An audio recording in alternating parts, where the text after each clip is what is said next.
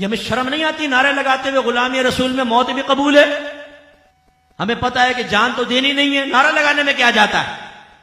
گلے پھاڑ پھاڑ کے نعرے لگاتے ہیں.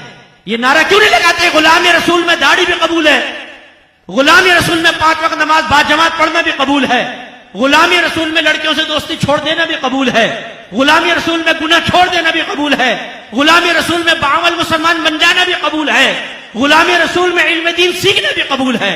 نہیں، ہم نے عشق رسول کو ایک ڈرامہ بنا لیا ہے.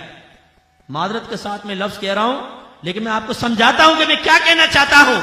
ہم نے ایک ڈرامہ بنا لیا ہے جس میں حقیقت نہیں ہوتی، سب اداکاریاں کر رہے ہوتے ہیں. ہم بھی جانتے ہیں یہ باپ نہیں ہے، یہ بیوی نہیں ہے، شوہر نہیں ہے، ہمیں پتہ ہے اداکاری کر رہے ہیں، انٹرٹینمنٹ ہے، چلو یار دیکھتے ہیں، ایک ڈرامے کی پوری قسط وار سیریل دیکھتے ہیں. ہم نے عشق رسول کو ایسا بنا دیا، ہم زبان سے کہتے ہیں ہم عاشق رسول ہیں. مجھے دیانتداری سے بتائیے، جو عشق کا دعویٰ کرے، جو غلامی کا دعویٰ کرے اور پھر اپنے نبی کا کہنا نہ مانے، وہ عاشق ہو سکتا ہے؟ بولیے. مثال دیتے ہوئے مجھے شرم آتی ہے، ایک لڑکے کو لڑکی سے محبت ہو جائے اور وہ آپ سے کہے یار اس لڑکی سے بڑی پیار بہت محبت ہے. اس لڑکی کا فون آ جائے، وہ کہے کہ آج نیلے کپڑے پہن کر آنا، اور آپ جواب میں کہ نہیں میں نہیں پہن رہا، بال ذرا دوسرے بنا لینا، میں نہیں بناؤں گا، جوتے فلاں پہن کے میں نہیں. اچھا آج رات کو آ جانا، فیس بک پہ بیٹھ کے چیٹ کریں گے، بھائی میرے پاس ٹائم نہیں ہے. پھر آپ وہ بند کر کے آپ سے کہے اس لڑکی سے مجھے بڑی محبت ہے، عشق بہت زیادہ. دیانتداری سے بتائیے آپ کیا کہیں گے، عشق میں سچا ہے کہ جھوٹا ہے؟ بولیے بولیے. اور ایک عشق کا دعویٰ کرے اور جو لڑکی کہے وہ کر بیٹھے، جو وہ کہے، اپنا حلیہ بدل لے، اپنے کپڑے بدل لے، اپنے جوتے بدل لے. یہ عشق میں آپ کو سچا نظر آئے گا کہ جھوٹا نظر آئے گا؟ بولیے. ایک ہے وہ کہے یار میں اس لڑکی کے عشق میں فنا ہو چکا ہوں، لیکن آپ کے ساتھ پیزے کھا رہا ہے، چکن ٹکے بوتلیں چڑھا رہا ہے، ڈکارے لے رہا ہے، ساری رات سو رہا ہے، کوئی غم نہیں. ایک کہے کہ مجھے عشق ہو گیا ایک لڑکی سے، راتوں کو جاگ رہا ہے، بال بکھر گئے ہیں، کھانا کھانے کا ہوش نہیں ہے، عجیب پاگلوں کی حرکت کر رہا ہے. بتائیں عشق میں کون سچا ہے کون جھوٹا ہے؟ بولیے. مخلص کون ہے؟ جو پاگل بنا وہ نا. اب ذرا اپنے آپ کو معائنے میں دیکھ لیں.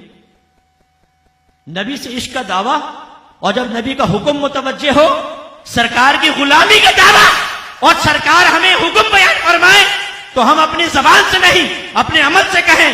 ایک منٹ پہلے حکم سامنے رکھو، سوچیں گے، غور کریں گے، بیوی سے پوچھیں گے، باپ سے پوچھیں گے، ماں سے پوچھیں گے، دوستوں سے پوچھیں گے، کاروباریوں سے پوچھیں گے، دنیا سے پوچھیں گے.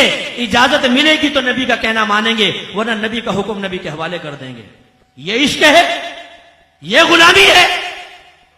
اب میں آپ سے پوچھتا ہوں اگر یہی عشق اور یہی غلامی آپ کی بیوی آپ کے ساتھ اختیار کرے، آپ کا دوست یہی رویہ آپ کے ساتھ رکھے، آپ کی اولاد آپ کے ساتھ ایسا رویہ رکھے، تو موڈ خراب ہوگا کہ نہیں ہوگا؟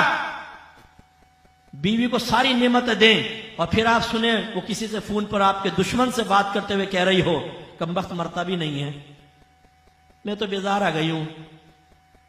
آپ کہیں کھانا بنا دے، میرے پاس ٹائم نہیں ہے، پانی پلا دے، میرے پاس ٹائم نہیں ہے، چائے بنا دے، خود اٹھ کے بناؤ، میری بھی بنا کر لے آؤ. آپ کا دل چاہے گا اس کو نعمتیں دینے کو، آپ رکھیں گے اسے اپنے پاس. اگر آپ قدرت رکھتے ہیں تو آپ طلاق دے کے باہر کر دیں گے. لیکن ہم نے کیا کیا ہوا ہے؟